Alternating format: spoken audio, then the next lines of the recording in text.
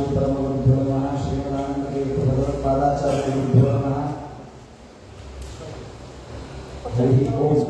जयति हरिचित्तः सर्वदेवैकवन्द्यः परमगुरुरभीष्टावाप्यः सज्जनानां निखिलगुणगणार्णो नित्यनिर्मुक्तदोषः सरसिजनयनोऽसौ श्रीपतिर्मानदोरः धर्मविज्ञानवैराग्यपरमैश्वर्यशालिनः आनन्दतीर्थ भगवत्पादान् वन्दे निरन्तरम्। भवति अदनुभावादेणरूपोऽपि वाग्मी जडमतिरपि जन्तुर्जायते प्राज्ञमौलिः सकलवचनचेतो देवता भारती सा मम वचसि निधत्तां सन्निधिं मानसे च। नमोऽस्तु तात्विका देवाः विष्णुभक्तिपरायणाः धर्ममार्गे प्रेरयन्तु भवन्तः सर्व एव हि। वक्रतुण्डमहाकाय सूर्यकोटिसमप्रभ निर्विघ्नं कुरु मे देव सर्वकार्येषु सर्वदा। आनन्दतीर्थोपदिष्टो निधिर्नारायणः उभयः प्रदर्शितो येन सम्यक् जयतीर्थं तमाश्रये। यस्य वाक्कामधेनुर्नः कामितार्थान् प्रयच्छति सेवेतं जययोगीन्द्रं कामवाणच्छिदं सदा।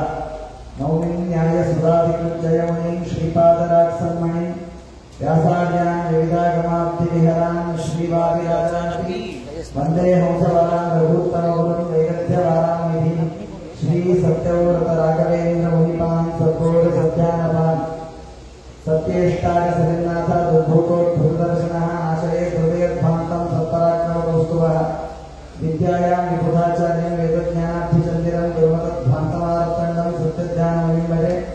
सत्याभिज्ञकराब्जोत्थान् पञ्चाशत्वर्षपूजकान् सत्यप्रमोदतीर्थार्यान् नौमिं न्यायसुधारतान् शास्त्रेषु पारदर्श्वान् शास्त्रज्ञेषु कवत्सलं दीनभक्तोद्धारकं सत्यात्मानं गुरुं भजे। वेदेशमणिसत्पाद सेवा संप्राप्त वैभवान् यादवार्यान् वरसुधा टीकाकारान् वै नमः। मन्मनोभीष्टवरदं सर्वाभीष्टफलप्रदं पुरन्दर गुरुं वन्दे दासश्रेष्ठं दयानिधिं। विद्यापीठविधातारं विद्यावारिधिचन्दिरं विद्यार्थिवत्सलं वन्दे महामहिमसद्गुरुं। मध्वसिद्धान्तवारिद्युक्ततत्त्वपीयूषसेचकः तापं हरतु मे नित्यं ज्ञानपञ्चास्त्य चन्द्रमाः। आपादमौलिपर्यन्तं गुरूणाम् आकृतिं स्मरेत् तेन विघ्नाः प्रणश्यन्ति सिद्ध्यन्ति च मनोरथाः। ॐ विघ्नध्वान्तनिवारणैकतरणी विघ्नाटवीहव्यवाट् विघ्नं व्यालकुलोपमरदगरुडो विघ्नेभ पञ्चाननः विघ्नोत्तुङ्गगिरिप्रभेदनपविः विघ्नाब्धिकुम्भोद्भवः विघ्नादौगगनप्रचण्डपवनः पायात् प्रसादो गुरुः। श्रीगुरुभ्यो नमः। हरि ओं हरि ओं हरि ओं। सत्यपराक्रम ವಿದ್ಯಾಪೀಠ ಪರಮಪೂಜ್ಯ ಶ್ರೀಪಾದಂಗಳವರು ಪುಣೆಯಲ್ಲಿ ಸ್ಥಾಪನೆ ಮಾಡಿದ್ದಾರೆ. ಆ ವಿದ್ಯಾಪೀಠದ ಪರವಾಗಿ ಮುಖ್ಯವಾಗಿ ಶ್ರೀಮದುತ್ತರಾಜ ಮಠ ಪುಣೆ ಇವರ ಪರವಾಗಿ ನನ್ನ ವೈಯಕ್ತಿಕವಾಗಿಯೂ ತಮ್ಮೆಲ್ಲರಿಗೂ ಹೃತ್ಪೂರ್ವಕವಾಗಿ ಸ್ವಾಗತಿಸುತ್ತಾ ಅಭಿವಂದಿಸುತ್ತಾ ವಿದ್ವಾಂಸರಿಗೆ ಪುಣೆಯಲ್ಲಿ ಇರುವಂತಹ ಎಲ್ಲ ವಿದ್ವಾಂಸರಿಗೆ ತಲೆಬಾಗಿ ನಮಸ್ಕಾರ ಮಾಡಿ ಈ ಕಾರ್ಯಕ್ರಮವನ್ನು ಆರಂಭ ಮಾಡೋಣ. ಸರ್ವೇಷಾಂ ಸುಸ್ವಾಗತಂ. ವರಪ್ರದ ಲಕ್ಷ್ಮೀ ವೆಂಕಟೇಶ ದೇವರು ಶ್ರೀಪಾದಂಗಳವರು ಇಲ್ಲಿ ಸನ್ನಿಧಾನ ತಂದಿಟ್ಟಿದ್ದಾರೆ. ಎಲ್ಲ ಕ್ಷೇತ್ರಗಳನ್ನು ಸಾಮಾನ್ಯವಾಗಿ ನಾವು ನೆನೆಸಿಕೊಳ್ಳುವ ಪ್ರಯತ್ನ ಮಾಡಬೇಕು. ಪೂಜೆಗೆ ಇದಕ್ಕೂ ಏನು ಸಂಬಂಧ ಅಂತ ತಮಗೆ ಅನಿಸ್ಬೋದು. ಏನಂತಂದ್ರೆ ಎಷ್ಟು ಸಾಧ್ಯವೋ ಅಷ್ಟು ಸನ್ನಿಧಾನ ಎಲ್ಲ ಕಡೆಗೆ ನೆನೆಸಿ ಆ ದೇವರು ಇಲ್ಲಿದ್ದಾನೆ ಅಂತ ಚಿಂತನೆಯನ್ನು ಮಾಡಬೇಕು. पंढरपूर विठ्ठल असेल, बद्रीनारायण असेल, त्या सर्व देवांचं स्मरण करून तिकडे जो भगवंत आहे तोच माझ्या समोर असणाऱ्या प्रतिमेमध्ये आहे हे चिंतन खूप महत्वाचं आहे. त्यामुळे हे कळवण्यासाठी आपण काही ठिकाणच्या प्रतिमा दर्शन इथे करत आहोत. श्री उष्णम वराह पंढरपूर विठ्ठल ಅತಿ ಹತ್ತಿರದಲ್ಲಿ ಇರುವ ಮಹಾದೈವ ಹೇಗೆ ತಿರುಪತಿ ಶಿವಲಿಂಗಪ್ಪ ಸಾಕ್ಷಾತ್ತಾಗಿ ಬಂದು ನಿಂತಿದ್ದಾನೆ, ಹಾಗೆ ವಿಠಲದೇವರು ಬಂದು ನಿಂತಿದ್ದಾರೆ. ನಾವೆಲ್ಲರೂ ಭಾಗ್ಯ. ಪಂಢರಪುರ ನಮಗೆ ಮಹಾರಾಷ್ಟ್ರದ ಅಲ್ಲೇ ದೇವರು ಬಂದು ನಿಂತಿದ್ದಾನೆ. ಪಂಢರಪುರ ವಿಠಲ. ಮೂರನೇ ಪ್ರತಿಮೆ ಅದು ಬದರಿನಾರಾಯಣ. ನಾಲ್ಕನೇದು ಶ್ರೀಮದಾನಂದ ತೀರ್ಥ ಭಗವತ್ಪಾದಾಚಾರ್ಯರು ಸ್ಥಾಪನೆ ಮಾಡಿರ್ತಕ್ಕಂತಹ ಉಡುಪಿ ಕೃಷ್ಣ. ಮೂಲ ಪ್ರತಿಮೆಯ ದರ್ಶನ ಆಗೋದು ಸ್ವಲ್ಪ ವಿರಳ, ಆಗಂಗಿಲ್ಲ ಅಂತೇನಿಲ್ಲ, ಆಗತ್ತೆ. ಆದರೂ ಮೂಲ ಪ್ರತಿಮೆಯ ದರ್ಶನ ಆಗಲಿ ಅಂತ ಹೇಳಿ ಆ ಫೋಟೋವನ್ನು ಆಯ್ಕೆ ಮಾಡಿಬಿಟ್ಟಿದ್ದೇವೆ. ಅದಾದ ಮೇಲೆ ಕಲ್ಲೋಳಿ ವೆಂಕಟರಮಣ ನಮ್ಮ ಕುಲದೇವರು ಕುಲಸ್ವಾಮಿ. ಅದಾದ ಮೇಲೆ ಶೂರ್ಪಾಲಯ ನರಸಿಂಹ, ಶ್ರೀರಂಗನಾಥ, ಹೀಗೆ ಇನ್ನೆಲ್ಲ ದೇವತೆಗಳಿದ್ದಾರೆ. ಎಲ್ಲರಿಗೂ ನಾವು ಅನಂತ ಅನಂತ ಸಾಷ್ಟಾಂಗ ಪ್ರಣಾಮಗಳನ್ನು ಸಮರ್ಪಣೆ ಮಾಡೋಣ. ಮೂಲ ಸೀತಾದೇವಿ ಮಧ್ಯದಲ್ಲಿ ಇರುವಂತಹ ಪ್ರತಿಮೆ ಮೂಲ ಸೀತಾದೇವಿಯ ಪ್ರತಿಮೆ. ಅನಂತ ಸನ್ನಿಧಾನ, ಅನಂತ ಸನ್ನಿಧಾನ. ಸಾಕ್ಷಾತ್ सीतादेवी पूजा केलेली प्रतिमा, साक्षात श्रीरामचंद्राने पूजा केलेली प्रतिमा, श्रीरामाच्या घरामध्ये असणारी प्रतिमा. त्यामुळे या प्रतिमेमध्ये अनंत सन्निधान आहे. मूल सीतादेवी, कोल्हापूर महालक्ष्मी, तुळजापूर भवानी, कलूर महालक्ष्मी, ಸತ್ಯಜ್ಞಾನ ವಿದ್ಯಾಪೀಠದಲ್ಲಿ ನಿತ್ಯವೂ ಪೂಜೆಗೊಳ್ಳುವಂತಹ ದುರ್ಗಾದೇವಿ, ಸತ್ಯಾತ್ಮ ತೀರ್ಥರು, ಸಂತ ಪ್ರಮೋದ ತೀರ್ಥರು, ಹೀಗೆ ಅನೇಕ ಮಹನೀಯರು ಪೂಜೆ ಮಾಡಿಕೊಟ್ಟಿರ್ತಕ್ಕಂತಹ ಪ್ರತಿಮೆ. ಅದಾದ ಮೇಲೆ ಕುಂಜಾರುಗಿರು ಬೆಟ್ಟದಲ್ಲಿ ಇರುವಂತಹ ದುರ್ಗಾ ಪ್ರತಿಮೆ. ಹೀಗೆ ಆ ಎಲ್ಲ ಲಕ್ಷ್ಮೀ ದೇವಿಗೂ ಕೂಡ ನಾವು ಅನಂತ ಅನಂತ ಸಾಷ್ಟಾಂಗ ಪ್ರಣಾಮಗಳನ್ನು ಸಮರ್ಪಣೆಯನ್ನು ಮಾಡೋಣ. ನೆಕ್ಸ್ಟ್ ಹನುಮಂತ ದೇವರ ವಿಗ್ರಹಗಳು ಯಲುಗುರೇಶ, ಹಲಗಣೇಶ, ಕೋರ್ವಾರೇಶ ಹಾಗೂ ಇನ್ನಿತರ ಎಲ್ಲ ಹನುಮಂತ ದೇವರಿಗೆ ಅನಂತ ಸಾಷ್ಟಾಂಗ ಪ್ರಣಾಮಗಳನ್ನು ಸಮರ್ಪಣೆಯನ್ನು ಮಾಡೋಣ.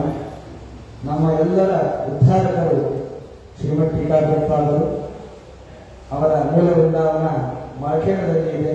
ಅಂತಹ ಆ ಭವ್ಯ ದಿವ್ಯ ವ್ಯಕ್ತಿತ್ವದ ಗುರುಗಳನ್ನು ಅನಂತ ಅನಂತ ಬಾರಿ ನಮಸ್ಕಾರ ಮಾಡೋಣ. अदाद मेले रघुवरी तीर्थ श्रीपादांगळವರು ಇವತ್ತು आज आपण ज्यांची आराधना केलेली आहे त्यांचे गुरु रघुवरी तीर्थ स्वामी, त्यांचं वृंदावन नववृंदावन येथे आहे. ಮೂಲ ವೃಂದಾವನ ಹೀಗಿದೆ, ಅಲಂಕಾರಗೊಂಡಿರ್ತಕ್ಕಂಥ ವೃಂದಾವನ. ಎರಡರದ್ದು ದರ್ಶನ ಆಗಲಿ ಅಂತ ಹೀಗೆ ನಾವು ಮಾಡಿದ್ದೇವೆ. ನೆಕ್ಸ್ಟ್ ಇವತ್ತಿನ ಆರಾಧ್ಯ ಗುರುಗಳು, ಎಂದೆಂದಿಗೂ ಆರಾಧ್ಯ ಗುರುಗಳು, ಪ್ರಣಮತ್ ಕಾಮಧೇನುಂಚ ಭಜತ್ ಸುರತ ರೂಪಮಂ ಶ್ರೀ ಭಾವಬೋಧ ಉತ್ಪಾದ ಚಿಂತಾಮಣಿ ಉಪಾಸ್ಮಹೆ. ಭಾವಬೋಧ ಕೃತಂ ಸೇವೆ ರಘುತ್ತಮ ಮಹಾಗುರು ಯಚ್ಚಿಷ್ಯ ಶಿಷ್ಯ ಶಿಷ್ಯಾಖ್ಯ टिप्पण्याचार्य संहिता. माझ्या मागून म्हणायचा सगळ्यांनी म्हणा. प्रणमत कामधेनुंच भजत सुरत रूपमं श्री भावबोध कृत्पाद चिंतामणि उपास्महे. ನಮ್ಮ ವಿದ್ಯೋಪದೇಶ ಮಾಡಿರ್ತಕ್ಕಂತಹ ಗುರುಗಳು ಪಂಡಿತ ಮಾಹುಲಿ ಆಚಾರ್ಯರು. ಗುರುರ್ನಾಮ ನಗರಣೀಯಾತ ಪರಮ ಪೂಜ್ಯ ವಿದ್ಯಾಸಿಂಹಾಚಾರ್ಯ ಮಾಹುಲಿ ಅವರು ನಮ್ಮ ಪರಮ ಗುರುಗಳು. ಮುಂಬೈಯಲ್ಲಿ ಸತ್ಯಜ್ಞಾನ ವಿದ್ಯಾಪೀಠವನ್ನು ಸ್ಥಾಪನೆ ಮಾಡಿರ್ತಕ್ಕಂತಹ ಮಹಾಜ್ಞಾನಿವರಿಯರು. ಸತ್ಯಜ್ಞಾನ ತೀರ್ಥ ಶ್ರೀಪಾದಂಗಳವರ ಅಚ್ಚುಮೆಚ್ಚಿನ ಶಿಷ್ಯರು ಪಂಡಿತ ಮಾಹುಲಿ ಗೋಪಾಲಾಚಾರ್ಯರು. ಶ್ರೀ ಗುರುಭ್ಯೋ ನಮಃ, ಶ್ರೀ ಪರಮ ಗುರುಭ್ಯೋ ನಮಃ, ಶ್ರೀಮದ್ ಆನಂದ ತೀರ್ಥ ಭಗವತ್ಪಾದಾಚಾರ್ಯ ಗುರುಭ್ಯೋ ನಮಃ. ಹೀಗೆ ಸ್ಮರಣೆಯನ್ನ ಪ್ರತಿನಿತ್ಯ ನಾವು ಮಾಡಬೇಕು, ಎಲ್ಲರೂ ಮಾಡಬೇಕು. सगळ्यांनी करायलाच पाहिजे. आपल्याला विद्योपदेश ज्यांनी केलेला आहे त्या गुरूंच्या स्मरणाशिवाय कुठल्याही गुरूंचं आपण स्मरण केलं तर ते स्मरण आपल्याला लाभत नाही. त्यामुळे ते फलकारी ठरायला पाहिजे. ಫಾರ್ ಎಕ್ಸಾಂಪಲ್ ರಾಘವೇಂದ್ರ ಸ್ವಾಮಿಗಳವರ ಆರಾಧನೆಯನ್ನು ಮಾಡುತ್ತೇವೆ, ಸ್ತೋತ್ರ ಅಂತೇವೆ. ಆದರೆ ನಮ್ಮ ಗುರುಗಳ ಮೂಲಕವಾಗಿ ನಾವು ಯಾವಾಗ ರಾಘವೇಂದ್ರ ಸ್ವಾಮಿಗಳವರ ಕಡೆಗೆ ಹೋಗ್ತೇವೆ ಆಗ ಅವರು ನಮಗೆ ಪ್ರೀತಿಯಿಂದ ಸ್ವೀಕಾರ ಮಾಡ್ತಾರೆ. ಅದರಿಂದ ನಮ್ಮ ಗುರುಗಳನ್ನ ನಾವು ನಿತ್ಯದಲ್ಲಿ ನೆನೆಸಲೇಬೇಕು. ಹೇಗೆ ಅಂತಂದ್ರೆ एक दृष्टांत आहे. आपल्या गुरुचं स्मरण का करावं, कसं करावं? आपल्याला पाणी घरामध्ये कुठून येतं? आपल्या घरावर जी टाकी आहे तिथून आपल्याला पाणी येतं. त्या टाकीला पाणी येत असेल, बाहेरून येत असेल, मेन टँक मधून येत असेल, पण आपल्याला डायरेक्टली पाणी कुठून येतं? आपल्या घरात. तसं आहे, ನಮಗೆ ದೇವರ ಅನುಗ್ರಹ ಸುರಿದು ಬರುವುದು ನಮ್ಮ ಗುರುಗಳ ಮೂಲಕವಾಗಿ.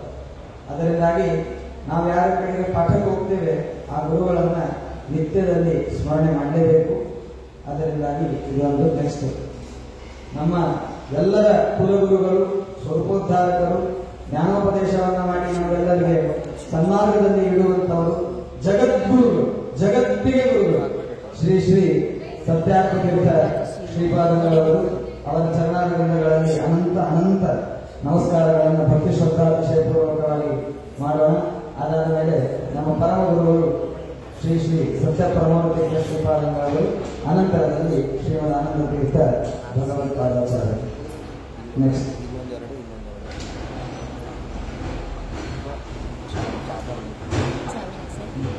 ಬೇಸಿಕ್ ಕ್ವೆಶ್ಚನ್, ಪೂಜಾ का करावी?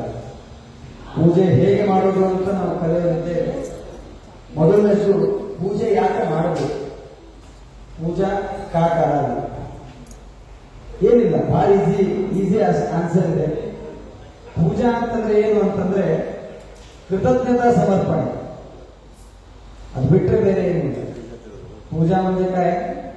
ಪೂಜಾ म्हणजे ಕೃತಜ್ಞತಾ ಸಮರ್ಪಣೆ, ಗ್ರಾಟಿಟ್ಯೂಡ್. ಅದನ್ನ ದೇವರ ಪರವಾಗಿ ನಾವು ಸಮರ್ಪಣೆ ಮಾಡೋದೇನಿದೆ ಅದು ಪೂಜೆ.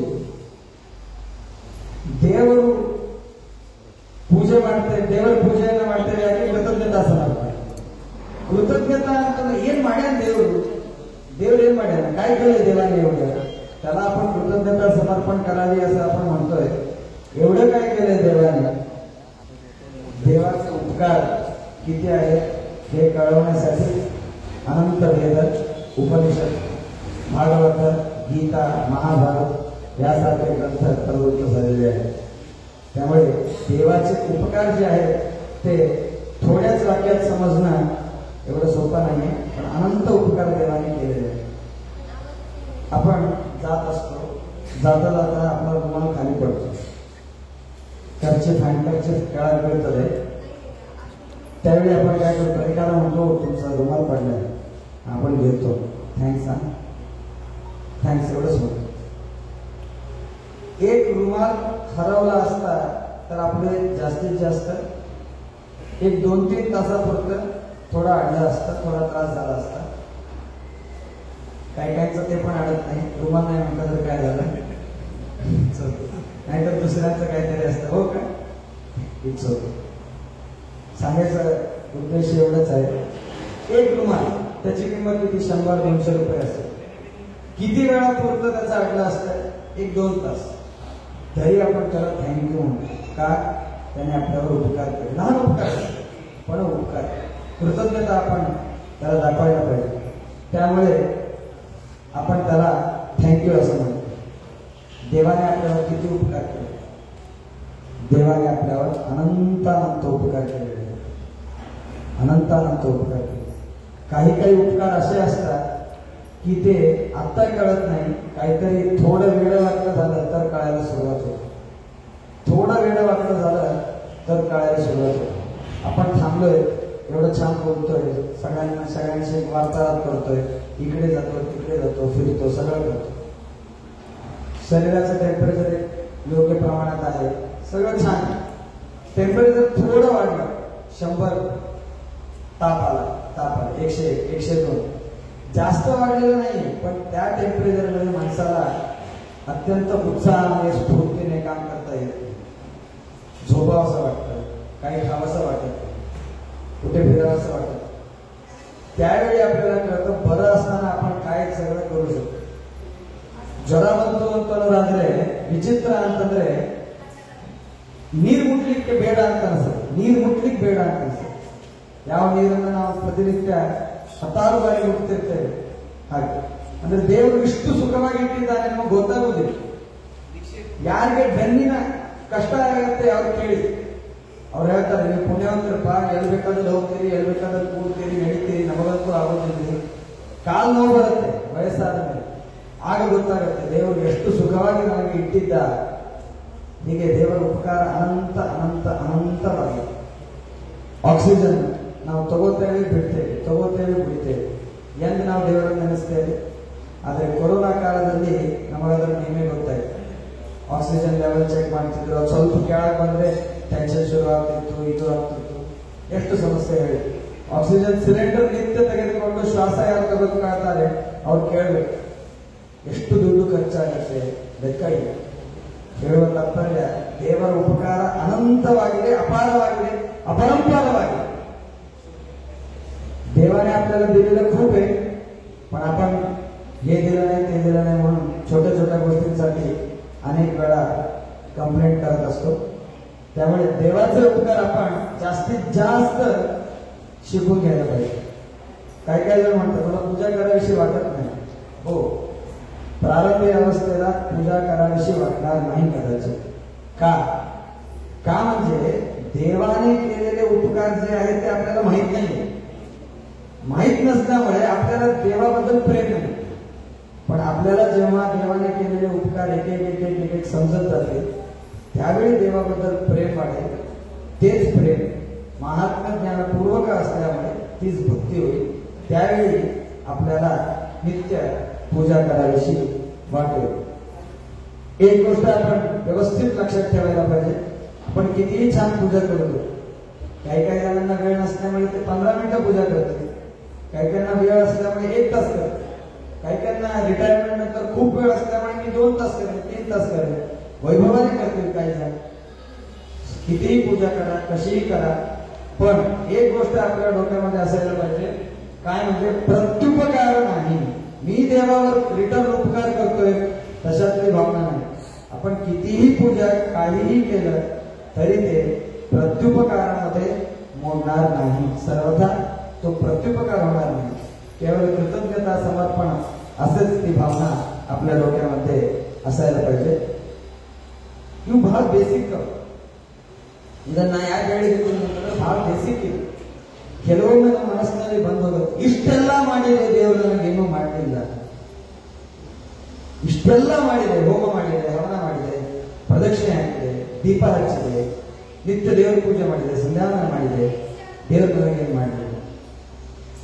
ಈ ತರಹದ ಭಾವನೆಗಳೇನಿದೆ ಅದು ನಮ್ಮನ್ನ ಬಹಳ ಕೆಳಮಟ್ಟಕ್ಕೆ ಒಯ್ಯುತ್ತೆ. ಸ್ಪಿರಿಚುವಲಿ ನಾವು ಮೇಲಕ್ಕೆ ಬರುವ ಪ್ರಯತ್ನ ಮಾಡಬೇಕು. ಹೇಗೆ ನಮ್ಮ ಇಕಾನಾಮಿಕಲ್ ಗ್ರೋತ್ ನಮಗೆ ಬೇಕೋ ಹಾಗೆ स्पिरिच्युअल ग्रोथ नमक ಬೇಕು. त्या स्पिरिच्युअल ग्रोथच्या दृष्टीने आपण विचार केला तर देवाने काय केलं, एवढं काय, ही जर भावना आपल्या मनामध्ये आली तर आपण खूप खूप खूप खाली जाऊ. त्यामुळे ह्या भावनेला आपण आपल्या मनामध्ये कधीच स्थान देऊ नये. ही भावना आपल्यामध्ये येऊ नये ह्या दृष्टिकोनाने सगळ्यांनी प्रयत्न करायला. पुरुष असेल, स्त्री असेल, मुलं असतील, संन्यासी असेल, कोणी असेल, सगळ्यांनी ह्या दृष्टिकोनातून प्रयत्न करणे खूप जरुरी आहे. नेक्स्ट, देवपूजा सामग्री.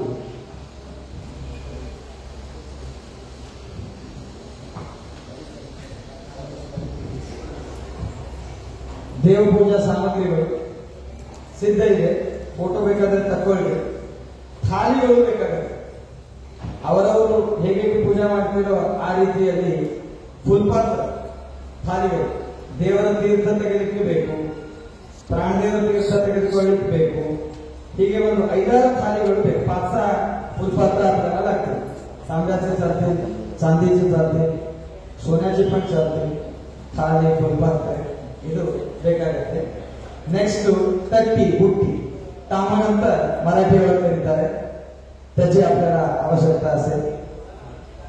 उद्धरणी, पळी, कधी कधी मी पाहिले अनेक जणांना, आपण तसे नाही पण काही काहींना माहीत नसतं, त्यामुळे पळी नसल्यामुळे ग्लास जो असतो तो उचलून आचम्याने त्याने काय होतं, ज्या प्रमाणामध्ये पाणी घ्यायला पाहिजे त्याच्यापेक्षा एक्सेस जास्तीचं पाणी आपण स्वीकार करतो, ते चुकीचं होतं. त्यामुळे ಬಳಿ ಉದ್ಧರಣಿ ತೀರ್ಥದ ಸಂಸು ಅದು ಅನಿವಾರ್ಯವಾಗಿ ಇರಲೇಬೇಕಾದದ್ದು. ನಾಲ್ಕನೇದು ಸೋಮಸೂತ್ರ, ಇದು ಪಾಸಿಬಲ್, ಅದಿದ್ರೆ ಒಳ್ಳೆಯದು. ಅಂದ್ರೆ ಏನು, ದೇವರಿಗೆ ನಾವು ಅಭಿಷೇಕ ಯಾವಾಗ ಮಾಡ್ತೇವೆ ಅದು ಸೋಮಸೂತ್ರ ಇತ್ತು ಅಂತಂದ್ರೆ ಏನಾಗುತ್ತೆ, ನೀರು ತನ್ನಷ್ಟಕ್ಕೆ ತಾನೇ ಕೆಳಗಡೆ ಇರುವಂತ ಬುಟ್ಟಿಯಲ್ಲಿ ಬೀಳುತ್ತೆ. ಇಲ್ಲ ಅಂದ್ರೆ ತಟ್ಟಿ ಎತ್ತಿ ಹಾಕ್ಬೇಕಾಗತ್ತೆ ಅಷ್ಟೇ, ಅದೇ ದೊಡ್ಡ ಇಶ್ಯೂ ಅಲ್ಲ. ಅದಕ್ಕೆ ಇದ್ರೆ सोमसूत्र असेल तर या पात्राला आपण सोमसूत्र म्हणतो.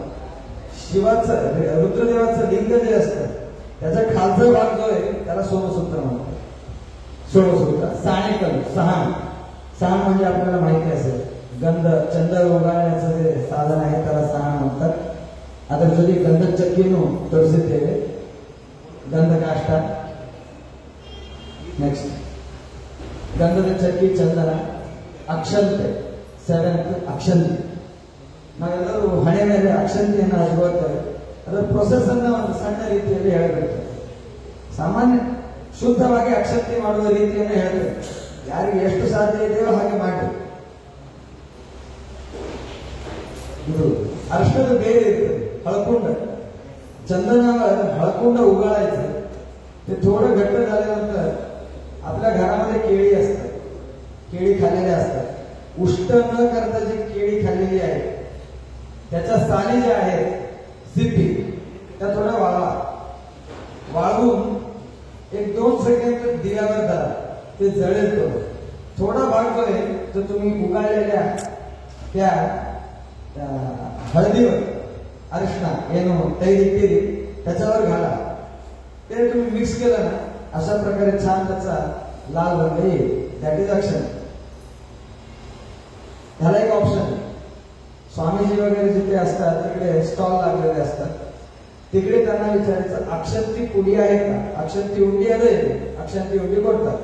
ಮನ್ಯಾಗ ಕೇವಲ ಅರ್ಶನದ ಬೇರು ತಿಕ್ಕಬೇಕು, ಅದರ ಮೇಲೆ ಅಕ್ಷಂತಿ ಉಂಡಿ ತಿಕ್ಕಿ ಬಿಟ್ರೆ ಈ ತರ ಅಕ್ಷಂತಿ ಸಿದ್ಧವಾಗುತ್ತೆ. ಇಲ್ಲ ಅಂತಂದ್ರೆ ಕೆಲವೊಂದು ಅದು ಮುಡಿನಿ ಯಾವುದು ಅಂತಂದ್ರೆ ಒಂದು ಗಿಡದ ಕಾಷ್ಟ, ಅಕ್ಷಂತಿ ಕಾಷ್ಟ ಅಂತ ಕೊಡ್ತಾರೆ, ಅದನ್ನ ತಿಕ್ಕಿಯೂ ಕೂಡ ಕೆಲವರು ಹಚ್ಕೊಳ್ತಾರೆ. ಇದು ಅಕ್ಷಂತಿ. ನೆಕ್ಸ್ಟ್ ತುಳಸಿ. ತುಳಸಿ ಭಾರಿ ಅನಿವಾರ್ಯ, ತುಳಸಿ ಬೇಕೇ ಬೇಕು ಪೂಜೆಗೆ, ತುಳಸಿ ಪಾहिजेच. ತುಳಸಿ ಇಲ್ಲದ ಪೂಜೆ ಹರಿತ ಕೊಳ್ಳನು ಅಂತ ದಾಸರು ಹೇಳ್ತಾರೆ. सगळे उपकरण असतील, सोन्याचे उपकरण असतील, सगळं असेल, वाद्य सगळं असेल, पण तुळस नसेल तर देवपूजा स्वीकार करत नाही. त्यामुळे तुळस मात्र पाहिजे. तुळस मिळालीच नाही आता काय करायचं, आपण एवढ्या हायटेक सिटीमध्ये राहतो त्यामुळे कधी कधी मिळणार नाही, काय करायचं. तुळस मिळाली नाही तर मागच्या दिवसात तुळस चालते. मागच्या दिवशी आपण जी वाहिलेली आहे देवावर तुळस, तीच परत काढायची. काढून स्वामी अपराध क्षमा कर, आम्हाला तुळस मिळालेली नाही, हीच परत तुला तुळस अर्पण करतो म्हणून तीच तुळस आपण देवाला अर्पण करायची. ती पण तुळस नसेल तर काय टेन्शन नाहीये. तुळशीचे काष्ठ असतात, तुळस एखादी सुकली तर तिचे काष्ठ असतात, ते टाकून देऊ नका, घरामध्ये लहान लहान लहान तुकडे करून ठेवा. तुळशीचे काष्ठ लावा. आपण गावाला जातो, यात्रेला जातो, तेव्हा पूजा करताना काय करायचं, कुठून कोण देणार तुळस, सगळीकडे आपल्याला मिळणार तसं नाही, घरातच मिळत नाही, बाहेर कुठे मिळणार, काही टेन्शन नाही. लहान 4-5 काड्या लहान तुळशीच्या घेऊन जायचं, पूजा करून सुदर्शनवर शालिग्रामवर ठेवायचं. अशा प्रकारे तुळशी काष्ठा ते पण नाही मिळालं तर, तुळशीची मृत्तिका ते पण नाही मिळालं तर शेवटी तुळसते नमः, तुळसते नमः, तुळसते नमः असं म्हणून देखील देवाला पूजा केली तरी देव त्याचा स्वीकार करतो. त्यामुळे तुळस ही भगवंताच्या विष्णूच्या पूजेमध्ये अत्यंत अनिवार्य आहे. महाप्रयत्न करून आपण तुळस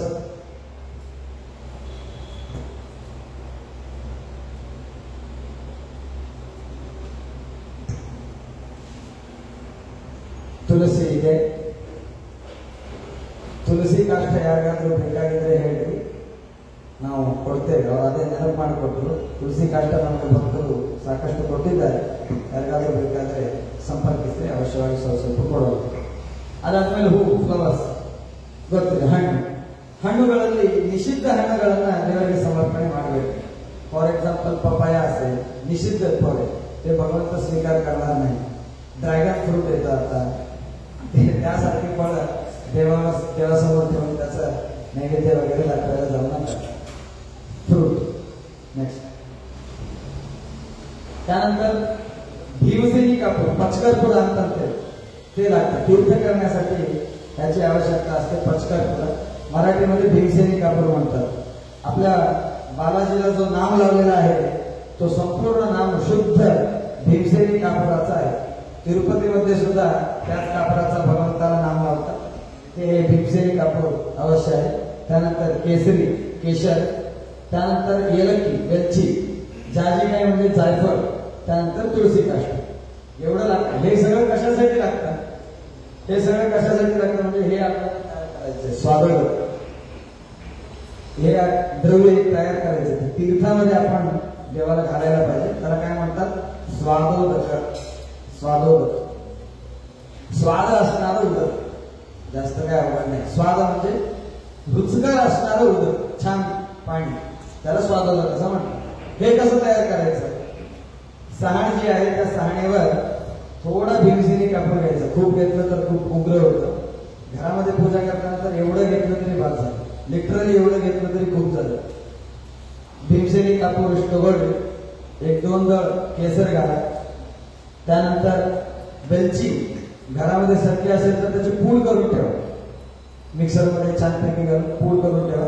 साखर वगैरे न घालता करा, शुद्ध. नाहीतर एक खलबत्ता आहे, खलबत्तामध्ये थोडं कुटायचं, 2 सेकंदात त्याची पूड होते. ती पूड थोडी सहाणीवर घ्यायची.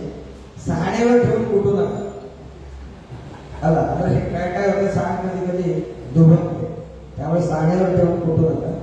जाजिकाई, जायफळ, जायफळ जे आहे ते उगाळायचं. 1-2 वेळा उगाळला तरी बाद झालं.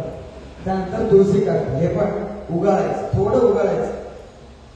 एवढं सगळं घेतल्यानंतर हे सगळं मिक्स कशाने करायचं म्हणजे त्याच्यावर चंदनाच्या काष्टाने ते व्यवस्थित उगाळायचं. ते छान मिक्स होतं. घट्ट द्रव्य जे असतं ते एका वाटीमध्ये काढून घ्यायचं. त्याच्यामध्ये वरून पाणी घालायचं. ते एकरस करून ठेवलं तर ते होतं स्वादोदक. याचा महिमा नीट लक्षात घ्या. क्षीराभिषेक केला तर एवढं पुण्य, दधी अभिषेक केला तर एवढं पुण्य. एकेकाला जास्त जास्त पुण्य वाढत जातं. क्षीरापेक्षा दधीचा अभिषेक, दधीपेक्षा घृता, असे हे एक पटीने पुण्य वाढत जातं. पण स्वादोदक नित्य देवाला अर्पण केलं तर त्याला किती पुण्य म्हणजे सांगतात अनंत पुण्य आहे.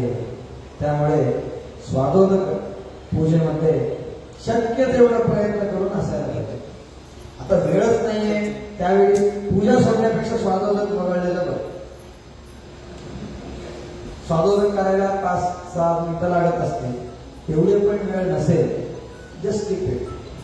But if you have a time, don't skip it. कारण स्वादोदकाचा अभिषेक जो आहे तो आपल्याला अनंत पुण्य देणारा ಅಭಿಷೇಕ आहे.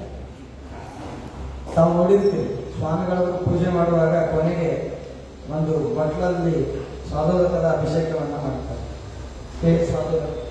हे प्राय सगळ्या याच्यात चालतं.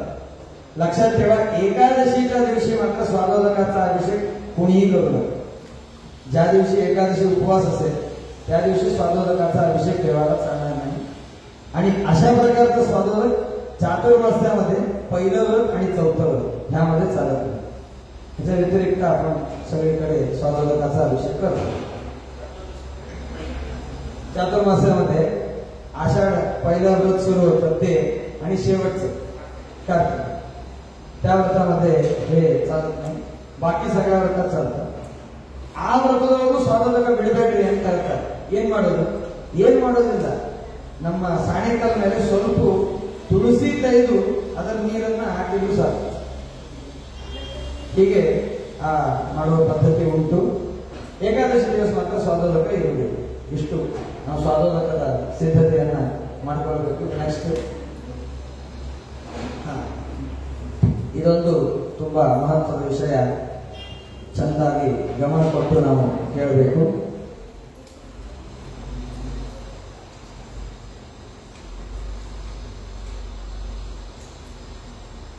नित्य घरामध्ये देवपूजा करताना कुठले कुठले देव असायलाच पाहिजे हे मी सांगतो.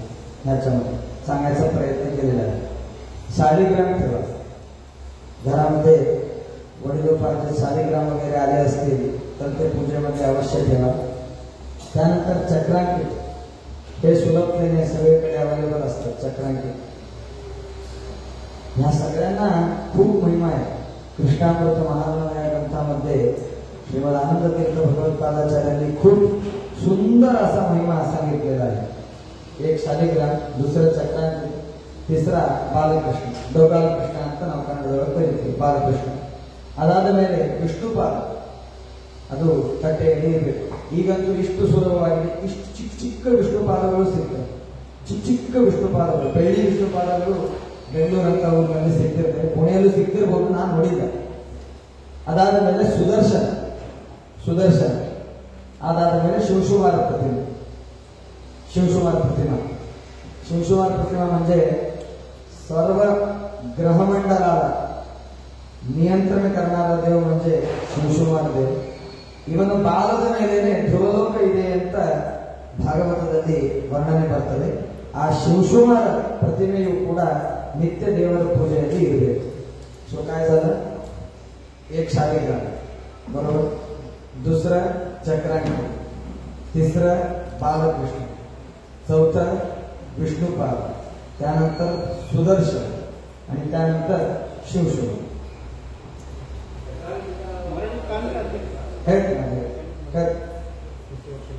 ಇಷ್ಟು ನಮ್ಮ ದೇವರ ಪೂಜೆ. भगवंत विष्णूची पूजा करतोय आपण, त्या विष्णूच्या पूजेमध्ये हे सगळे असायला पाहिजे. नसेल तर चिंता करू नका, जे आहे त्याची पूजा करा. आमच्याकडे हे नाही म्हणून पूजा सोडणं हे कधीही योग्य नाही. शक्य असेल तर संग्रह करायचा प्रयत्न करा, शक्य असेल तर संग्रह करायचा प्रयत्न करा. एवढं झालं. ह्याच्या व्यतिरिक्तही देव असतील तर चांगलंच आहे, अवश्य ठेवा. नरसिंहाची प्रतिमा ठेवा, वेदव्यासाची प्रतिमा ठेवा, हयग्रीवाची प्रतिमा ठेवा, श्रीरामचंद्राची प्रतिमा ठेवा, श्रीभू सहित व्यंकटेशाची प्रतिमा अनेकांकडे असते ती ठेवा. काही अभ्यंतर नाही, अवश्य ठेवा. जेवढं जास्त तुम्हाला विस्तार करता येते विस्तार करा, अवश्य करा. पण हे मात्र अनिवार्यपणे ठेवा. एवढ्याच संख्येत असावा असं नाही ते मी सांगणार आहे. जस्ट शालिग्राम एक चित्र आपल्या डोळ्यासमोर यावं म्हणून आपल्या श्रीमठामध्ये, शिवदत्तराय मठामध्ये नित्य पूजित होणारे हे शालिग्राम आहे. स्वामीजी देवांना अभिषेक करून, शालिग्रामला अभिषेक करून मूलरामाच्या पूजेमध्ये बसतात. एवढे शालिग्राम आहेत म्हणजे स्वामीजी पूजेच्या अगोदर आधी शालिग्रामाला अभिषेक करून बसतात. विद्यार्थी ते व्यवस्थित पुसून एका ठिकाणी ठेवायला सुरुवात करतात. स्वामीजींची पूजा संपेपर्यंत त्यांचं इकडे काम चाललेलं असतं. जर एवढं तात्पर्य येईल म्हणतात हे का सांगितलं नाही. ಒಂದು शालिग्रामದ एका शालिग्रामाची आपण व्यवस्थित पूजा केली तर अशा व्यक्तीच्या हाताचा स्पर्श व्हावा म्हणून देवता लोक इच्छा करतात, असं एक प्रमाण आहे. जो स्वतःच्या हाताने नित्य शालिग्रामाची पूजा करतो त्याच्या हाताचा स्पर्श देवता लोक इच्छितात. असं असताना स्वामीजींच्या हातात नित्य एवढ्या शालिग्रामाची, नित्य एवढ्या, ह्याच्या व्यतिरिक्त त्यांच्या जवळ त्यांचे फक्त तेच स्पर्श करतात असे शालिग्राम वेगळे आहेत. त्यानंतर त्यांच्या समोर बसलेले असतात मोठं सोमसूत्र, त्याच्यामध्ये शालिग्राम वेगळे. म्हणजे आपल्या स्वामीजींचं महात्म ज्ञान आपण करून घ्यायला पाहिजे. एवढे महापुण्यवंत आपले स्वामीजी आहेत, ते भाग्य त्या स्वामीजींना भगवंताने दिलेलं आहे, याचं स्मरण करायला पाहिजे. शालिग्राम कोंडू यावर फार तवळीत होऊन शालिग्राम विकत घ्यायच्या भानगडीमध्ये पडू नका. घ्यायचं असेल तर खूपदा विचारून घ्या, कारण डुप्लिकेट शालिग्रामचं सुळसुळाट झालेलं आहे. आता काय सगळीकडे मशिनरी छान झालेली आहे, त्यामुळे दगड घेतात, छानपणे आतून कोरतात, ते डुप्लिकेट करतात. दगड शालिग्रामाचा असतो, पण ते शालिग्राम कीटकाने कोरलेलं नसतं, ते माणसाने कोरलेलं असतं. त्यामुळे दाखवून वगैरे घ्यायचं. हे झालं शालिग्राम साध्य असेल तर समप्रमाणात ठेवायचा प्रयत्न करा. शालिग्राम समप्रमाणामध्ये ठेवायचा प्रयत्न करा. एक असलं तर चालतं, दोन ठेवू नका. अशा प्रकारे ವಿಷಮ ಸಂಖ್ಯೆಯಲ್ಲಿ ಇರಬಾರ್ದು, ಬೆಸ ಸಂಖ್ಯೆಯಲ್ಲಿ ಇರಬಾರ್ದು ಅಂತ ಹೇಳಿ ಒಂದಿದ್ರೆ ನಡೆಯೋದಿಲ್ಲ ಅಂತಿಲ್ಲ, ಒಂದಿದ್ರೆ ನಡೀತದೆ. ಸಮ ಪ್ರಮಾಣದಲ್ಲಿ ಇರಬೇಕು ಅಂತಂದ್ರೆ ಎರಡು ಇರಬಾರದು ಅಂತ ಹೇಳ್ತಾರೆ. ಸೊ ಶಾಲಿಗ್ರಾಮ ಪೂಜೆಯನ್ನ ಮಾಡಿ ಒಂದು ಇಟ್ಟುಕೊಳ್ಳಿ, 4 ಇಟ್ಟುಕೊಳ್ಳಿ, 6 ಇಟ್ಟುಕೊಳ್ಳಿ, ಈ ತರ 3 ಸಾಮಾನ್ಯ ಇರಬಾರ್ದು ಅಂತ ಸಾಮಾನ್ಯ ಇರಬಾರ್ದು. ಹೇಳ್ತೇನೆ, ಇಷ್ಟ ಆಯ್ತಾ? ಇನ್ನ ಸ್ವಲ್ಪ ಔಟ್ ಆಫ್ ದ ಸಿಲೆಬಸ್ ಒಂದೆರಡು ವಿಚಾರ ಮಾಡಿ. ಬಹಳ ತಲೆ ಕೆಡಿಸುವ ಕಾರಣ 3 ಶಾಲಿಗ್ರಾಮವನ್ನು ಮನೆಗೆ ಪೂಜೆ ಮಾಡಿದೆ, ಅನರ್ಥ ಆಗೋಗ್ಬಿಟ್ಟು ತಲೆ ಕೈ ಕೆಡಿಸುವ ಕಾರಣ. ಶಾಲಿಗ್ರಾಮ ಪೂಜೆ ಮಾಡೋದು ಯಾವಾಗಲೂ ಒಳ್ಳೆಯದೇ. ಅದರಿಂದಾಗಿ ಬಹಳ ತಲೆ ಕೆಡಿಸುವ ಕಾರಣ. ಪರಂಪರೆಯಿಂದ ಬಂದಿದೆ. ಸ್ವಾಮಿಗಳು ಕೇಳಿದ್ರೆ, ಜ್ಞಾನಿಗಳಿಗೆ ಕೇಳಿದ್ರೆ, ನಾ ಈ ಪೂಜೆ ಮಾಡ್ತೇನೆ, ನಿಮ್ಮ ಅನುಗ್ರಹ ಇರಲಿ, ತಥಾಸ್ತು ಅಂತ ಹೇಳ್ತಾರೆ. ಅವಶ್ಯವಾಗಿ ಮಾಡಿ. ಇಲ್ಲ ನಾವು ಪೂಜೆ ಮಾಡಲಿಕ್ಕಾಗೋದಿಲ್ಲ, ಇಲ್ಲೇ ಮಠದಲ್ಲಿ ತಂದ್ಕೊಂಡು ಮಠದಲ್ಲಿ ಪೂಜೆ ಮಾಡ್ತೇವೆ, ಅವಶ್ಯವಾಗಿ ನಿಮಗೆ ಅದರ ಪುಣ್ಯ ಬರ್ತದೆ. ಒಂದು ಮಾತ್ರ ನೆನಪಿಟ್ಕೊಳ್ಳಿ, रेड शालिग्राम, लाल शालिग्राम, राखाडी शालिग्राम जर तुमच्या घरामध्ये असेल तर त्याची पूजा तुम्ही करायला जाऊ नका. ಕೆಂಪು ಶಾಲಿಗ್ರಾಮದ ಪೂಜೆ ನಮ್ಮಂತ ಗೃಹಸ್ಥರಿಗೆ ಸರ್ವದಾ ವಿಹಿತವಾದದ್ದಲ್ಲ. ಸನ್ಯಾಸನಿಗೆ त्याची ಪೂಜೆ करायला पाहिजे. ಅದರಿಂದಾಗಿ ಅದನ್ನ ನೆನಪಿನಲ್ಲಿ ಇಟ್ಟುಕೊಳ್ಳಿ. ಕೆಲವು ಶಾಲಿಗ್ರಾಮ ಉಗ್ರ ಇರ್ತದೆ, ಸ್ವಲ್ಪ ಜ್ಞಾನಿಗಳಿಗೆ ತೋರಿಸ್ತದೆ. ಉಗ್ರ ಶಾಲಿಗ್ರಾಮ ಇತ್ತು ಅಂತಂದ್ರೆ ಅದರ ಪೂಜೆಯು ಕೂಡ ಮಾಡ್ಲಿಕ್ಕೆ ಹೋಗ್ಬೇಕು. ಹೀಗೆ ಕೆಲವು ನಿಯಮಗಳಿವೆ. ಭಾರತದಲ್ಲಿ ಕಳಿಸ್ಕೋಬೇಡ್ರಿ, ಇಷ್ಟಂತೂ ಬೇಸಿಕ್ ಆಗಿ ನಾವು ತಿಳ್ಕೊಳ್ಬೇಕು. ಸೊ शालिग्राम काय तेच सांगितलं, विषम नसावेत, सम असावेत, हा सामान्य नियम. याला एक अपवाद आहे. काय अपवाद आहे म्हणजे एक शालिग्राम असला तर चालतो, 2 नसावेत. म्हणजे हा नियम कुठून सुरू होईल? सम असावेत, विषम नसावेत, 3 नसावेत, 4 असावेत, 5 नसावेत, 6 असावेत, असं सुरू होईल. 1 आणि 2 यांना मात्र अपवाद आहे. ಶಾಲಿಗ್ರಾಮ ಭಿನ್ನ ಆದ್ರೂ ಭಾರತದಲ್ಲಿ ಕೆಡಿಸುವ ಕಾರಣ ಇಲ್ಲ. ಶಾಲಿಗ್ರಾಮ ಭಿನ್ನ ಆದ್ರೂ ಅದನ್ನು ಪೂಜೆ ಮಾಡಬೇಕು ಅಂತ ಹೇಳ್ತಾರೆ. ಸಾಧ್ಯ ಆಯ್ತು ತಂತಿಯಿಂದ, ಬೆಳ್ಳಿ ತಂತಿಯಿಂದ ಅದನ್ನು ಕಟ್ಟಿ, ತಾಮ್ರದ ತಂತಿಯಿಂದ ಚಂದ ಕಟ್ಟಿ, ಇಲ್ಲ ಅದಕ್ಕೊಂದು ಪಾತ್ರೆ ಅದೇ ಶೇಪ್ ಒಂದು ಸರಿಯಾಗಿ ಒಂದು ಇದು ಮಾಡಿ, ಏನಂತಾರ ಡಬ್ಬಿ ತರ ಮಾಡಿ, ಬೆಳ್ಳಿ ಕವಚ ಮಾಡಿಸ್ತಾರೆ, ನಿತ್ಯ ಪೂಜೆ ಮಾಡಿ. ಭಿನ್ನ ಆದ್ರೂ ಏನ್ ಚಿಂತೆ ಇಲ್ಲ, ಶಾಲಿಗ್ರಾಮ ಪೂಜೆಯನ್ನು ಮಾಡಬಹುದು. ಚಕ್ರಾಂಕಿತ 2 ಇರಬೇಕು, ಚಕ್ರಾಂಕಿತ 1 ಬೇಡ, ಚಕ್ರಾಂಕಿತ 2 ಇಟ್ಟುಕೊಳ್ಳಿ. ಎಲ್ಲ ಪ್ರಶ್ನೆ ಕಡಿಗೆ ತೋರಿ, ಅದಕ್ಕೆ ಡಿಸ್ಟರ್ಬೆನ್ಸ್ ಆಗ್ತದೆ. Questions at the end only please. Sir question answer ಆಮೇಲೆ ಮಾಡೋಣ. ಇಲ್ಲಿ ಚಕ್ರಾಂಕಿತ 2 ಸಾಕು, ಚಕ್ರಾಂಕಿತ 2 ಸಾಕು, 1 ಇಡಬೇಡಿ. ಸಾಮಾನ್ಯ ತೀರ್ಥ ಅಂತ, ಪೂರ್ಣ ತೀರ್ಥ ಅಂತ ಆಗ್ಬೇಕಲ್ಲ, ಅದಕ್ಕೆ 2 ಬೇಕು ಅಂತ ಹೇಳ್ತಾರೆ. ಬಾಲಕೃಷ್ಣ ಎಷ್ಟು ಬೇಕಾದ್ರೆ ಎಷ್ಟು ಇಟ್ಕೊಂಡ್ರಿ, 1 ಅಂತೂ ಇರಲೇಬೇಕು. ಹೀಗೆ ಅದಾದ್ಮೇಲೆ ವಿಷ್ಣುಪಾದ ವಿಷ್ಣುಪಾದ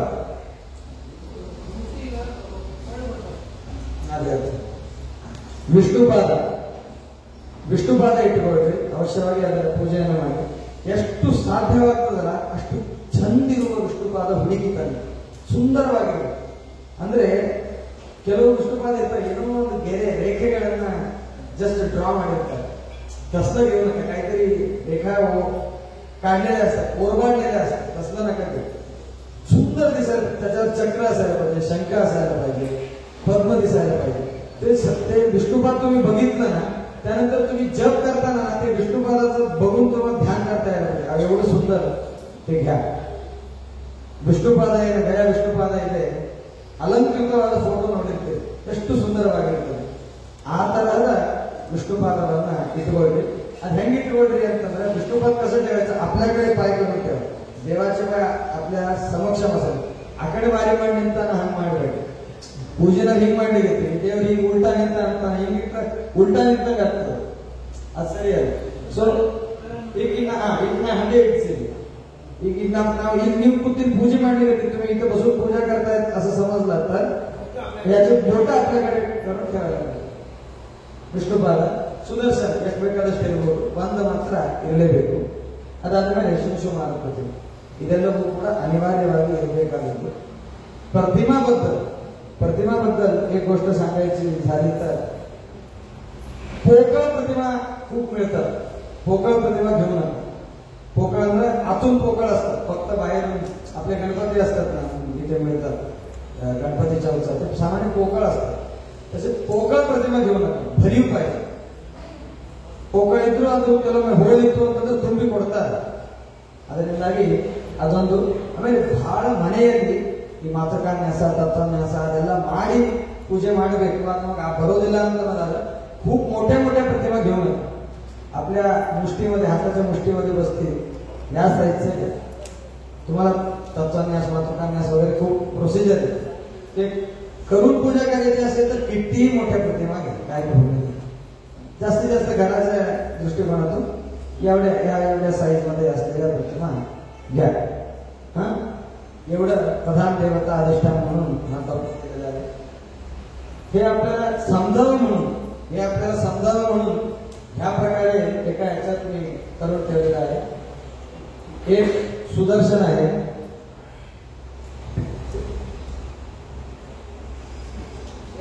आहे, त्यानंतर 4 शालिग्राम ठेवलेले आहेत. विष्णुपाद आहे, 2 चक्रांकित, बालकृष्ण, शिवशुमार क्लिअर असल्यामुळे तुम्हाला दिसायला थोडा प्रॉब्लेम होत असेल. शिवशुमार आहे, नरसिंहाची प्रतिमा आहे. हे शालिग्राम प्रतिमेमध्ये कोरलेला वेदव्यास आहे.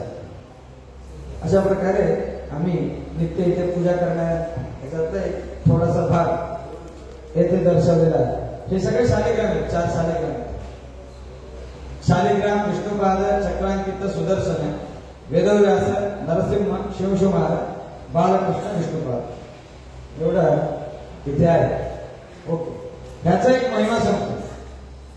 शालिग्रामामध्ये कोरलेल्या मूर्तीचा महिमा काय म्हणजे ही एक मूर्ती असेल, शालिग्रामामध्ये कोरलेली एक मूर्ती आपल्या घरामध्ये असेल तर 12 शालिग्राम केल्याचं पुण्य फक्त एका मूर्तीच्या पूजनेने मिळतं.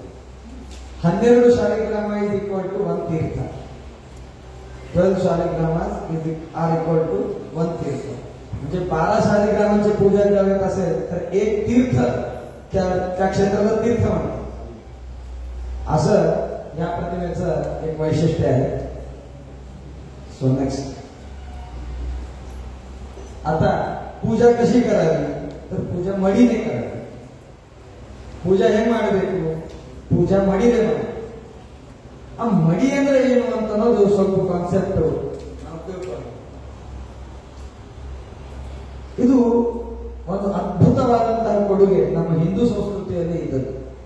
ನಮ್ಮ ಶ್ರೀಮದಾನಂದ ತೀರ್ಥ ಭಗವತ್ಪಾದಾಚಾರ್ಯರಂತೂ ಇದಕ್ಕೆ ಬಹಳ ಒತ್ತು ಕೊಟ್ಟು ಇದನ್ನ ಹೇಳಿದ್ದಾರೆ. ಮಡಿಯನ್ನ ಎಷ್ಟು ಸಾಧ್ಯವಾಗುತ್ತೋ ಅಷ್ಟು ನಾವು ಮಡಿಯನ್ನ ಅಬ್ಸರ್ವ್ ಮಾಡಬೇಕು. ಯಾಕೆ मडी ಅಂತಂದ್ರೆ ಏನು? ವಾಟ್ ಇಸ್ मडी? मडी ಅಂದ್ರೆ प्युरिटी.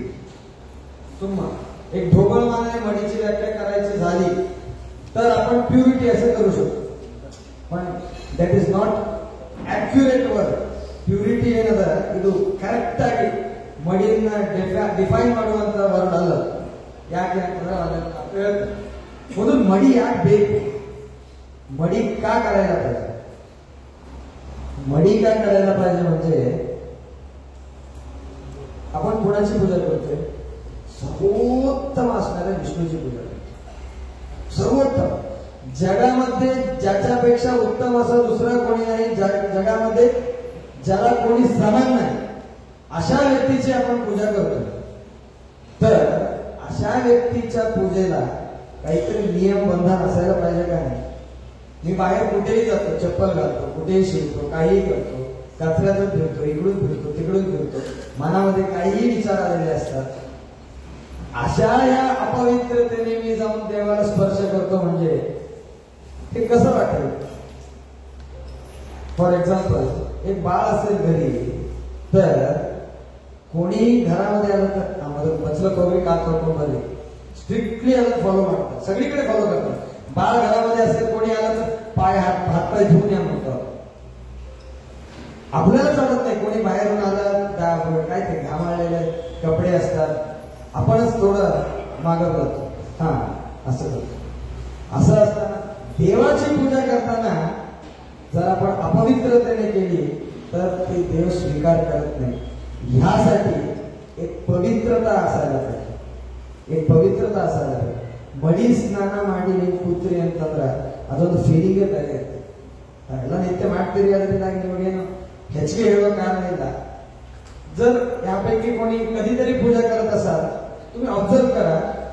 दररोज तुम्ही स्नान करून डायरेक्ट शर्ट पॅन्ट वगैरे घालत असाल तर समजा, पण एखाद्या दिवशी पूजा करायला बसतात छानपैकी स्नान करून वगैरे कुठेही इतरत्र न शिवता देवाकरता बसलात तर ते पवित्रता म्हणा किंवा मानसिक भावना म्हणा, मनस्थिती म्हणा, तरी समथिंग डिफरंट हाय लेवलवर असतं. आणि अजून काय, देवाची पूजा करताना आपलं मन जे आहे ते संपूर्ण भगवंताच्या चरणी लीन व्हावं, हा त्याचा मागचा एक अत्यंत महत्वाचा उद्देश आहे. इतर पण शिवणार, थोडं जाऊन चपलेला शिवून येणार, नंतर थोडं टीव्ही पण बघणार, टीव्ही पण हे करणार. हे असं सगळीकडे शिवत वगैरे आपण गेलो तर ते पवित्रता राहत नाही. एवढंच नाही तर आपलं मन पण सगळीकडे जायला सुरुवात करतं. अत्यंत मडीमध्ये असून सुद्धा आपलं मन तिथे राहील हे सांगता येत नाही. असे असताना आपण इकडे जाणार तिकडे जाणार तर आपलं मन आपण कुठेतरी ठेवूनच इकडे पूजा करायची. त्यामुळे एक युनिक अशी कॉन्सेप्ट आहे मडी अशी कॉन्सेप्ट, ती आपण आता विसरतोय किंवा नाकारतोय.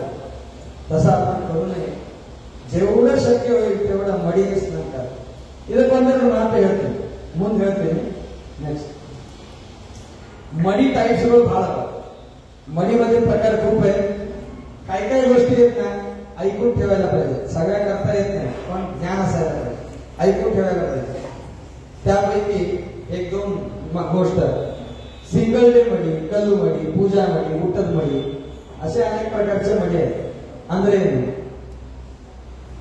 ಏನು ಅಂತಂದ್ರೆ ಈಗ ನಮ್ಮ ಸ್ವಾಮಿಗಳವರು ಪೂಜೆ ಮಾಡ್ತಾರೆ.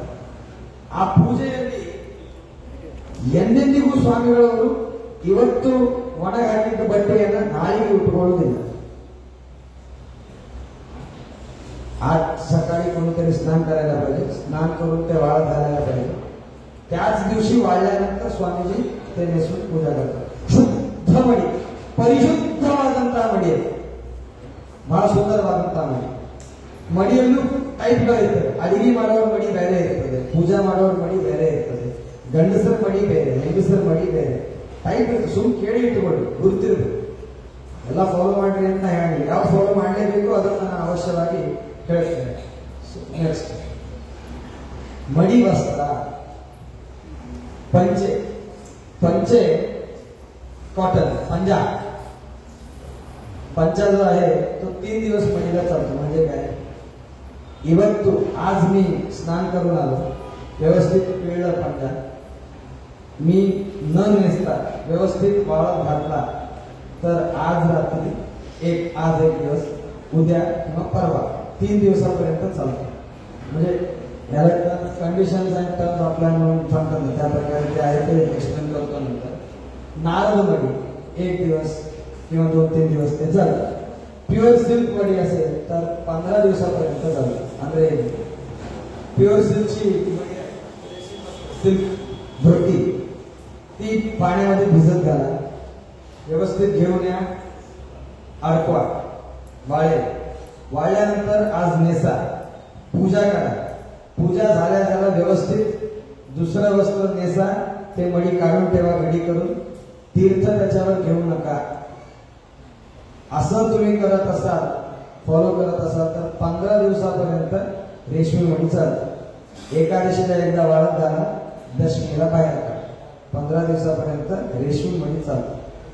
पंजा 3 ದಿವಸ ನಡೀತದಂದ್ರೆ ಏನರ್ಥ, उठगोळला अंताದ್ರೆ 3 ದಿನ ಬರುತ್ತೆ. नेसलं नाही तर 3 दिवसापर्यंत. म्हणजे आज मी घातलंय, आज घातल्यावर उद्या, आज एक रात्र गेली, उद्या वापरू शकतो. उद्या पण वापरला नाही तर 2 रात्री गेले, तिसऱ्या दिवशी वापरू शकतो. 3 रात्री पालटून गेले तर 4थ्या दिवशी ते मडी म्हणून ग्रहण करू नये. पण पंजा एकदा नेसला तर तो काढून ठेवतो, उद्यासाठी ठेवतो, चालणार नाही. मडी बರ್ತದೆ रेशमी मडी ಬೇರೆ रेशमी मडी पूजा करून व्यवस्थित काढून ठेवली दुसऱ्या दिवशी पूजेला वापरू शकतो परंतु पंचा वगैरे एकदा पायाखाली आला तर तो परत मडी म्हणून धारण करू नये त्याच्यावर देवपूजा करू रेशमी मडी ಬಿಟ್ರೆ ರೇಷ್ಮೆ ಮಡಿ ಒಂದನ್ನ ಬಿಟ್ರೆ ನಾರದ ಮಡಿ ಆಗಲಿ ಪಂಚೆ ಆಗಲಿ ಇದ್ಯಾವುದೂ ಕೂಡ ಬರುವುದಿಲ್ಲ ಕೊನೆಗೆ ಒಂದು ಟಾಪಿಕ್ ಇಟ್ಟಿದ್ದೇನೆ ಧಾವಳಿ ಊನ ವಸ್ತ್ರ ಅಂತ साध्यवादಷ್ಟು धावळी ಮೇಲೆ पूजे ಮಾಡಲಿಕ್ಕೆ ಹೋಗಬೇಕು जितकं शक्य आहे तेवढं त्या ऊन वस्त्रावर पूजा करायला जाऊ नका व्यवस्थित एक वाळत घाला त्याच्यावर पूजा शक्यच नाहीये वय झालेले थंडी होते पूजा सोडण्यापेक्षा तुम्ही आवश्यक ऊन वस्त्र धावळी तोरसते आम्ही धावळी ಗೊತ್ತಿರ್ತದೆ अनेक ಯಾಕೆಂದ್ರೆ माहित नसेल त्यांना आम्ही दाखवू धाबळ म्हणजे काय दाखवू धाबळ मिळतात आपल्या पुण्यामध्ये पण मिळतात ತೋರಿಸ್ತೇವೆ ಆ ಧಾವಳಿ ಊನವಸ್ತ್ರ ಅನಿವಾರ್ಯ ಇದ್ರೆ ಮಾತ್ರ ಅದನ್ನ ಪೂಜೆ ಮಾಡಿ ಇಲ್ಲ ಅಂತಂದ್ರೆ ಬೇಡ ಮಡಿ ಸ್ನಾನ ಹೇಗೆ ಮಾಡೋದು ಸಾಧ್ಯ ಇದ್ರೆ ಭಾವಿ ಸ್ನಾನ ಅದಿಲ್ಲ ನದಿ ಸ್ನಾನ ಬಹಳ ಶ್ರೇಷ್ಠ ಸಾಧ್ಯ ಇಲ್ಲ ಭಾವಿ ಸ್ನಾನ ಅದೂ ಇಲ್ಲ ನಳದ ಸ್ನಾನ ಮಾಡಿ ಹೇಗೆ ಮಾಡಿ ನೀವು ಏನ್ ಮೊದಲು ಬಕೆಟ್ದಾಗ ನೀರು ಬಿಟ್ಕೊಂಡು ಸ್ನಾನ ಮಾಡ್ತೀರಿ ಬಿಸಿನೀರು ಮಾಡ್ತೀರಿ ಸೋಪ್ ಹಚ್ಕೋತೀರಿ ಏನ್ ಹಚ್ಕೋತೀರಿ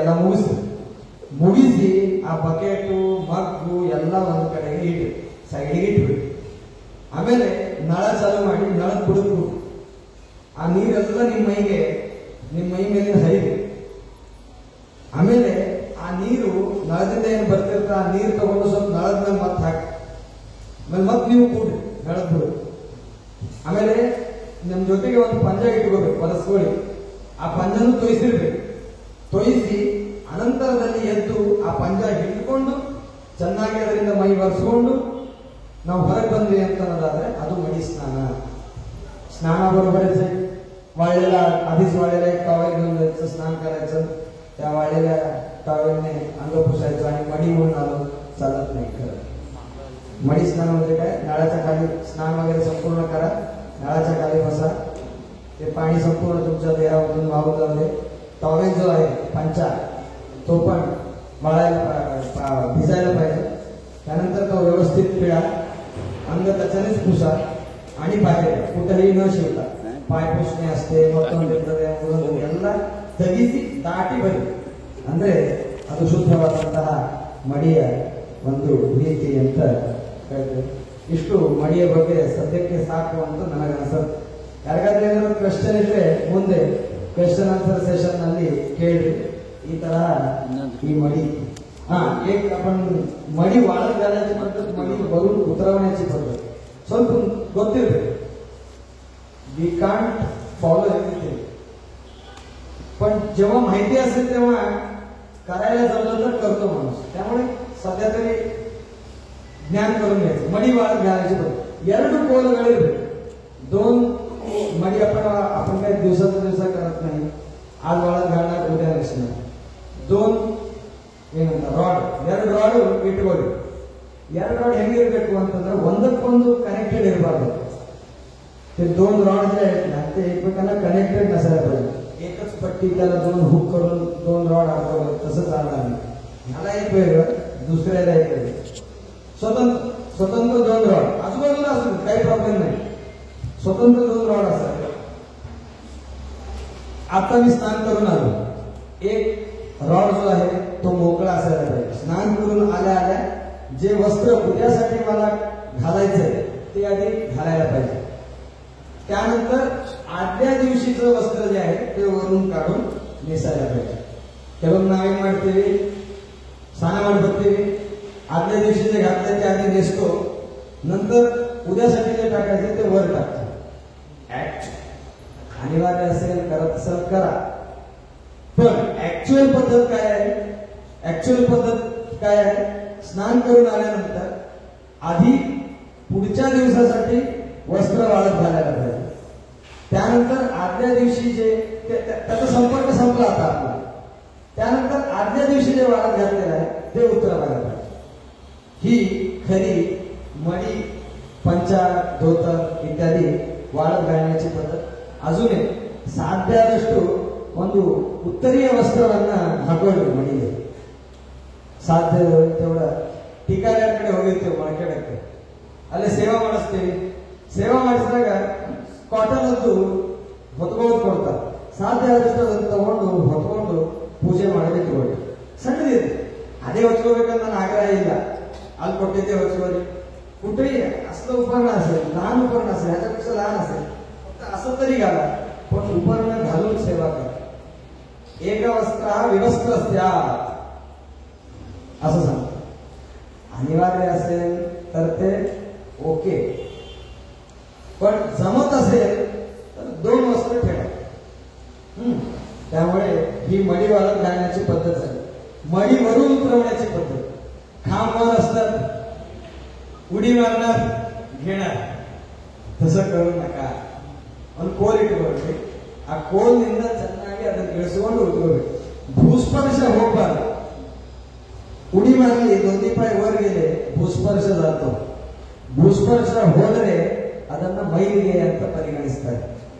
ಅದರಿಂದಾಗಿ ಹೀಗೆ ಮಾಡಬಾರದು ಅಂತ ಗೊತ್ತಿರಬೇಕು. ಯಾವಾಗ ನಮಗೆ ಫಾಲೋ ಮಾಡ್ಲಿಕ್ಕಾಗತ್ತೆ ಆಗಾಗ ಫಾಲೋ ಮಾಡೋಣ. ಮಡಿ ಇಳಿಸುವಂತ ಪದ್ಧತಿ ಇದಾಯ್ತು. ನೆಕ್ಸ್ಟ್ ಇನ್ನ ಮಡಿ ಅಂದ್ರೆ ಏನು ಗೊತ್ತಾಯ್ತು, ಮಡಿ ಹೇಗೆ ಮಾಡಬೇಕು, ಯಾಕೆ ಮಾಡಬೇಕು, ಇಷ್ಟೆಲ್ಲ ಕಾನ್ಸೆಪ್ಟ್ ಗೊತ್ತಾಯ್ತು. ಇನ್ನ ದೇವರ ಪೂಜೆಯನ್ನ ಆರಂಭ ಮಾಡೋಣ. ಈ ಶ್ಲೋಕ ಸಾಮಾನ್ಯ ಎಲ್ಲರಿಗೂ ಹೇಳಿ ಬರಬೇಕು. ಇದು ಶ್ರೀಮನ್ ಮಹಾಭಾರತ ತಾತ್ಪರ್ಯ ನಿರ್ಣಯದ ನಾಂದಿ ಶ್ಲೋಕ, ಶ್ರೀಮದಾಚಾರ್ಯರು ಮಾಡಿದ ತಾತ್ಪರ್ಯ ನಿರ್ಣಯದ ನಾಂದಿ ಶ್ಲೋಕ. ಆಮೇಲೆ ಎರಡನೇದು ಶ್ರೀಮದ್ ಆಚಾರ್ಯರ ಕುರಿತಾಗಿ ಇರುವಂತಹ ಶ್ಲೋಕ ನಿಮ್ಮ ಆ ಪುಸ್ತಕದಲ್ಲಿ ಇದೆ ಅಂತ ನಾನು ಭಾವಿಸ್ತೇನೆ.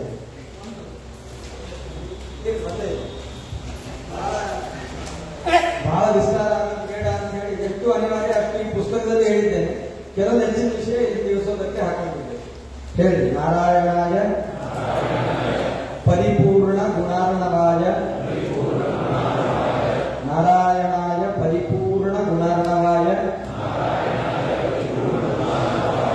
ವಿಶ್ವೋದಯ ಸ್ಥಿತಿ ಲಯೋನ್ನಿಯತಿ ಪ್ರದಾಯ,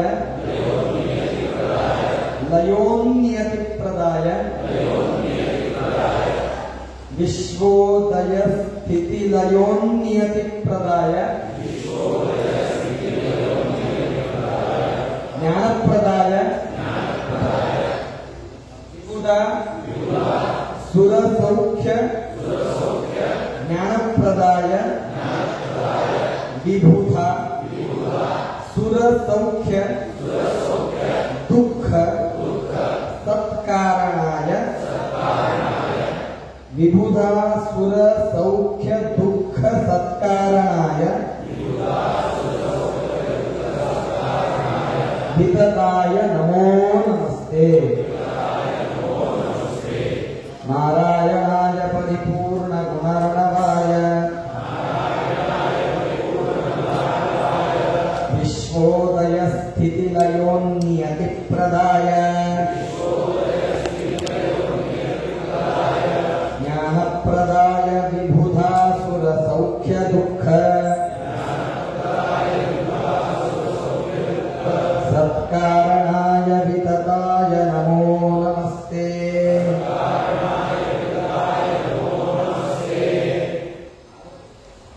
ಈ ಶ್ಲೋಕವನ್ನು ಹೇಳಲಿಕ್ಕೆ ಎಲ್ಲರೂ ಪ್ರಯತ್ನ ಮಾಡಿ. ನೆಕ್ಸ್ಟ್ ಯೋ ವಿಪ್ರಲಂಭ, ಯೋ ವಿಪ್ರಲಂಭ ವಿಪರೀತಮತಿ ಪ್ರಭೂತಾನ್, ಯೋ ವಿಪ್ರಲಂಭ ವಿಪರೀತಮತಿ ಪ್ರಭೂತಾನ್, ವಾದಾನ್ನಿರಸ್ಯ ವಾದಾನ್ನಿರಸ್ಯ ಕೃತವಾನ್ ಭುವಿ ತತ್ವವಾದಂ, ಸರ್ವೇಶ್ವರೋ ಹರಿರಿತಿ ಪ್ರತಿಪಾದಯಂತಂ, ಸರ್ವೇಶ್ವರೋ ಹರಿರಿತಿ ಪ್ರತಿಪಾದಯಂತಂ, ಆನಂದತೀರ್ಥಮುನಿವರ್ಯಮಹಂ ನಮಾಮಿ, ಆನಂದತೀರ್ಥಮುನಿವರ್ಯಮಹಂ ನಮಾಮಿ. ಮೇಲೆ ರಾಜ್ಯದ ಗುರುಗಳ ಚಿಂತನೆಯನ್ನ ಮಾಡಬೇಕು. ದೇವ ಗುರು ಇವರಿಬ್ಬರ ಸ್ಮರಣೆಯನ್ನ ಪೂಜೆ ಆರಂಭದಲ್ಲಿ ಮಾಡಬೇಕು.